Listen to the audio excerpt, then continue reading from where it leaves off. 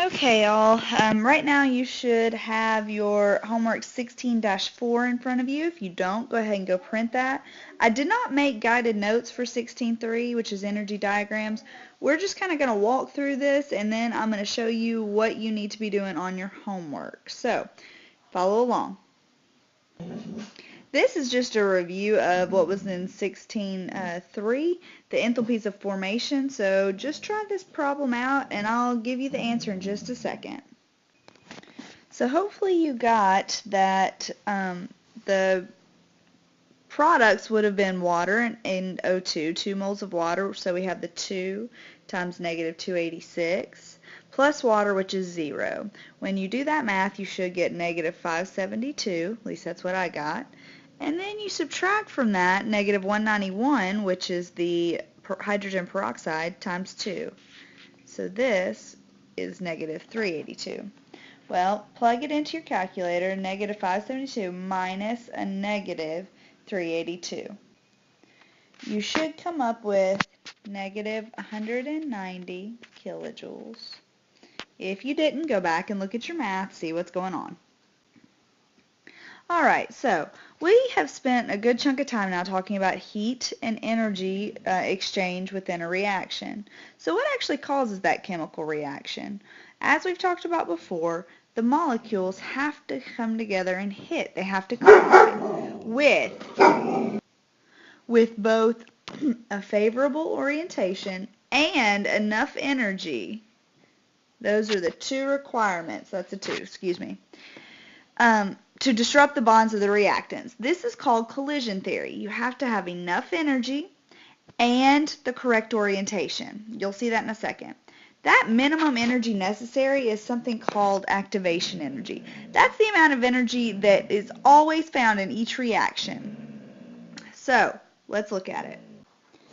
Okay, so here we're going to look at 3 possible scenarios. This first one, everybody's lined up with the correct orientation, but if you notice, they don't hit hard enough. You see the small dashed line? Now look at the one on the right. They're going to have enough force, but look at the orientation. The orientation is poor. You're not going to get 2 new products there. They're basically just going to bounce away from each other.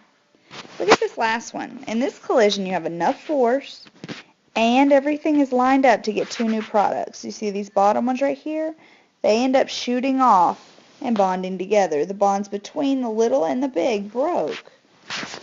This is called an effective collision. You have the correct orientation and that activation energy necessary. So, collision theory. You have to have an activation energy or enough energy to make the collision occur, or to break the bonds in the collision. And you have to have the correct orientation. If the ones that are going to break apart aren't together, there's no way you're going to get new products. So let's look here. That second, when they were bound together in the middle and everything was lined up ready to go, that 1 second that they came together and they actually hit, this is a transition state. This is called an activated complex. It's extremely high energy. Extremely high energy because everything is together. The old bonds, the bonds between the A and the B are breaking, the bonds between big and little, and the new bonds are forming. The bonds between big, big, and little, little are forming. That's a ton of energy right there. This is what I like to call a glob of molecules.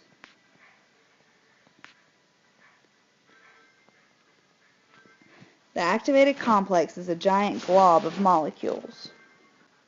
And if you look here, it's the highest point on the graph. This is what an energy diagram looks like. You have your reactants where they're free floating by themselves and your products on the right, because this is the progress of the reaction from left to right. Reactants are always on the left, products are always on the right, but their energy could change. The reactants could be lower than the products. It just depends. So look here, we're going to look at a few different things on this. Notice as your reactants come close together, they end up having to get to this really high point at the top. The difference from your reactants to the activated complex, this part, this is your activation energy. Your activation energy, listen again, is from your reactants to your activated complex. That's the amount of energy that has to be put in, the force with which those molecules have to strike each other. Very high energy. Then, what we've been looking at for the past week is your delta H. That's always your products minus your reactant energy. Just like we looked at last lesson. Products minus reactants. What's that difference? Now, in this one, is this an exothermic or endothermic? Well, products minus reactants, products are lower, so say this was 10 and this was like 30. It's going to be negative. So this is going to be a negative delta H, meaning it's exothermic. Okay, you're releasing energy. You're dropping. Okay? So again, delta H is from reactants to products. Activation energy is from reactants to the activated complex. Okay? Now a catalyst, I'm going to kind of redraw that one from the last picture, just so I have it down here. A catalyst increases the rate of the reaction without being consumed. We've talked about this before. What does a catalyst actually do? It gives you an alternate energy in which the energy barrier between the reactants and products is lower. Here's what I need you to know. It gives you a new activated complex that gives you a lower activation energy. So with a catalyst, it's going to look something like this. Much lower activation energy. But it can go a lot faster because as you track along this reaction, is it going to take you more time to climb this hill and go down? Or is it going to be easier for you to go up the little hill and go down? Well, I don't know about you, but I'm going to go faster if my hill is a lot smaller. So the catalyst makes it go faster by lowering activation energy. Lowering activation energy. It speeds it up by lowering activation energy. That's the key to catalysts. They aren't consumed, they aren't a reactant, they aren't a product. They just lower that activation energy.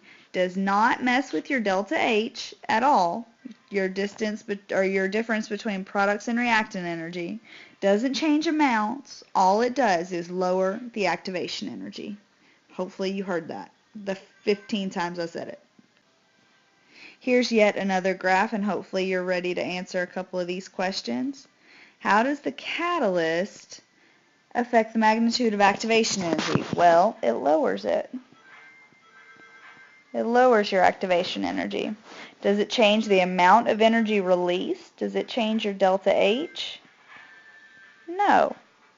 Which one are the reactants converted more rapidly? Well, it's the one with the catalyst because it's a lower energy. It can happen faster. All right, hopefully you were able to take a few notes, and if not, go back and look again. On your homework set, you're going to be deciphering one of these, and you need to keep in mind your activation energy, which is from your reactants to the complex. And you need to keep in mind your delta H, which is from your reactants to your products. Again, that's always products minus reactants. Okay? Homework is homework. Oopsie. Homework. That's an H. I'm going to fix that. It's homework set 16-4. Good luck, guys. Let me know if you have any questions.